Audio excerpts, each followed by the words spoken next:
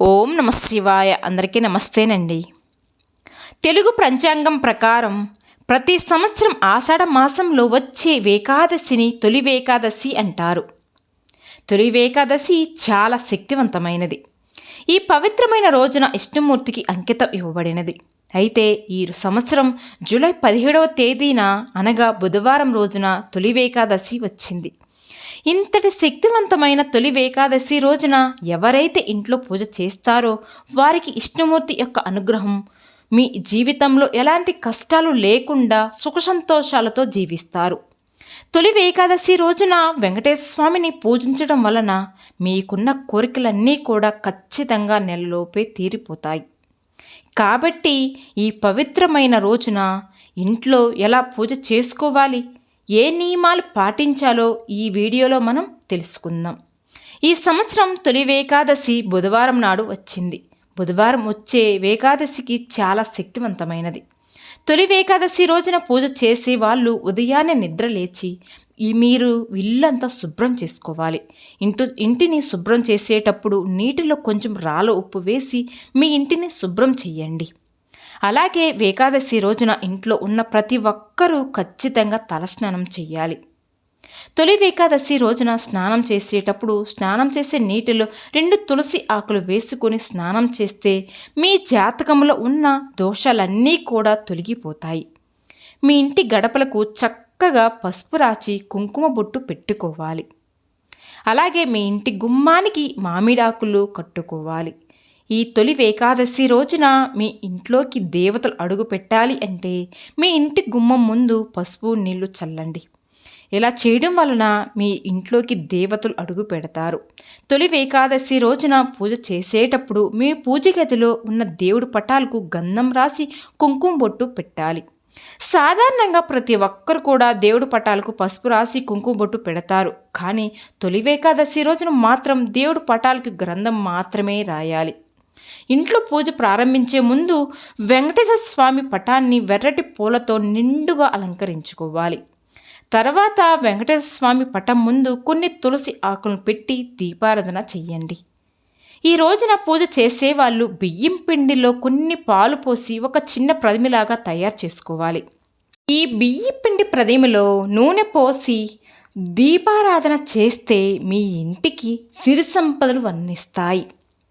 దీపాన్ని వెలిగించే ముందు ప్రతిమకు కూడా గంధం రాసి దీపాన్ని వెలిగించాలి. ఈ రోజున చేసే పూజలో దీపంలో 5 ఒత్తులు వేసి దీపారాధన చేస్తే మీ ఇంటిలో ఉన్న సమస్యలన్నీ కూడా తీరిపోతాయి. మీ ఇంటికి లక్ష్మీ కటాక్షం వర్ణిస్తుంది. తొలి ఏకాదశి రోజున చేసే దీపారాధనలో నువ్వుల నూనెతో కానీ ఆవు నెయ్యితో కానీ దీపం వెలిగిస్తే అఖండ రాజయోగం వర్ణిస్తుంది. అలాగే ఈ తొలి ఏకాదశి రోజున పూజలో ఏమి ఉన్నా లేకపోయినా సరే తులసి ఆకులు మాత్రం ఖచ్చితంగా ఉండేలా చూసుకోండి. ఈ తొలి ఏకాదశి రోజున వెంకటేశ్వర స్వామి పటం ముందు కొన్ని తులసి ఆకులు పెడితే విష్ణుమూర్తి సంతోషిస్తాడు. పూజలో నైవేద్యంగా పానకాన్ని నివేదించండి, లేదా ఒక చిన్న బెల్లం ముక్కను పెట్టినా సరిపోతుంది. తొలి ఏకాదశి రోజున ఇంట్లో ఉన్న ఆడపిల్లల తమ కాళ్ళకు ఖచ్చితంగా పసుపు రాసుకోవాలి. అలాగే ఇంట్లో ఉన్న ప్రతి ఒక్కరూ కూడా కుంకుమ బొట్టు పెట్టుకోవాలి. ఏకాదశి రోజున ఇలా చేస్తే మీ ఇంటిపై లక్ష్మీదేవి అనుగ్రహం ఉంటుంది. మరి ముఖ్యంగా ఈ తొలి ఏకాదశి రోజున మీ ఇంట్లో పూజ చేసి కొబ్బరికాయని కొడితే మీ ఇంటికి ఎంతో మంచి జరుగుతుంది. ఆ మహావిష్ణువు దేవుడి యొక్క అనుగ్రహం వల్ల మీ ఇల్లంతా డబ్బుతో నిండిపోవాలి అంటే తొలి ఏకాదశి రోజున ఇంట్లో పూజ చేసేటప్పుడు ఒక కొబ్బరికాయను తీసుకుని ఆ కొబ్బరికాయ పైన పసుపుతో స్వతి గుర్తు వేసి ఆ కొబ్బరికాయను మీ పూజ గదిలో ఉంచి పూజ చేసుకోవాలి. పూజ పూర్తయిన తర్వాత ఈ కొబ్బరికాయను దేవుడికి నివేదించండి. పవిత్రమైన ఈ తొలి ఏకాదశి రోజున ఎవరైతే ఇలా చేస్తారో ఆ ఇంటికి తిన్నా తరగని ఐశ్వర్యం లభిస్తుంది. మీ మనసులో ఉన్న కోరికలు ఖచ్చితంగా నెరవేరాలి అంటే ఈ తొలి ఏకాదశి రోజున మీ పూజ గదిలో ఉన్న వెంకటేశ్వర స్వామి పటం ముందు తాంబూలం పెట్టండి. విష్ణుమూర్తికి మీ కోరికలన్నీ చెప్పుకుంటూ దేవుడికి తాంబూలాన్ని సమర్పించాలి. కాబట్టి ఎవరైతే ఈ తొలి ఏకాదశి రోజున వెంకటేశ్వర స్వామికి తాంబూలం సమర్పిస్తారో వాళ్ళు అనుకున్న కోరికలన్నీ కూడా ఖచ్చితంగా తీరుతాయి. పూజ పూర్తయిన తర్వాత చివరిగా దేవుడికి ఆరతిని ఇచ్చి ఓం వాసుదేవాయ నమః అనే మంత్రాన్ని మీ మనసులో 3 సార్లు స్మరించుకోండి. ఈ మంత్రాన్ని చదవడం వల్ల మీరు చేసే పూజకి రెట్టింపు పుణ్యఫలం లభిస్తుంది. అలాగే పూజ పూర్తయిన తర్వాత ఖచ్చితంగా 5 ప్రదక్షిణలు చేయాలి. తర్వాత దేవుడికి సాంబ్రాణి ధూపం వేసి పూజ ముగించాలి. తొలి ఏకాదశి రోజున దేవుడికి ఖచ్చితంగా సాంబ్రాణి ధూపం సమర్పించాలి. తొలి ఏకాదశి రోజున ఉపవాసం ఉంటే కోటి జన్మల పుణ్యఫలం, తెలియక చేసిన పాపాలన్నీ కూడా వినాశనమవుతాయి.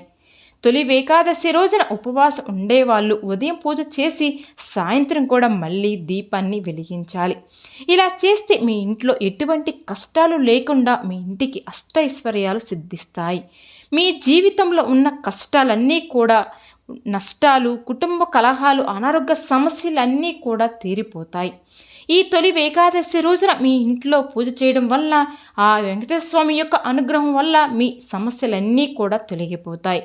ఈ తొలి ఏకాదశి రోజున ఇంట్లో పూజ చేసేవాళ్ళు మధ్యాహ్నం సమయంలో నిద్రపోకూడదు. ఇలా చేస్తే మీరు చేసే పూజకి ప్రతిఫలమనే ఉండదు. అలాగే ఈ రోజున పూజ చేసే వాళ్ళు ఉల్లిపాయ, వెల్లుల్లి, కందిపప్పు, మొక్కజొన్న, చిక్కుడుగాయ వంటి ఆహారాల పదార్థాలు తినకూడదు.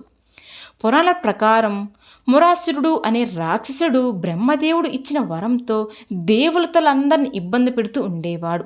ఆ రాక్షసుని సంహరించడానికి విష్ణుమూర్తి చాలా కాలం పోరాటం చేసి అలసిపోయిన తర్వాత ఒక గృహలో విశ్రాంతి తీసుకుంటాడు. ఆ సమయంలో విష్ణుమూర్తి శరీరం నుంచి ఒక మహిళ ఆవిర్భవిస్తుంది. ఆ రాక్షసుని సంహరిస్తుంది. దీనికి సంతోషించిన విష్ణుదేవుడు ఆ మహిళకు ఏం వరం కావాలో కోరుకోమంటాడు. అప్పుడు ఆ మహిళ తను ఒక విష్ణుప్రియగా పూజలు అందుకోవాలని కోరుకుంటుందట. అప్పటి నుంచి ఈ తొలి ఏకాదశి అనేది ఆచారంగా వస్తుంది. పురాణం ప్రకారం ఈ పవిత్రమైన సమయంలో శ్రీ మహావిష్ణువు యొక్క యోగ నిద్రలోకి వెళ్తాడు అని, ఈ రోజు నుంచి 4 నెలల పాటు శ్రీ మహావిష్ణువు క్షీరసాగరంలో నిద్రిస్తాడు అని, కాబట్టి ఈ సమయంలో అలాంటి శుభకార్యాలు కూడా చేయకూడదు. విన్నారు కదండి. ఈ వీడియో కనుక నచ్చితే ప్లీజ్ లైక్ చేయండి ఫ్రెండ్స్. మరిన్ని వీడియోల కోసం మా ఛానల్ని సబ్స్క్రైబ్ చేసుకోండి.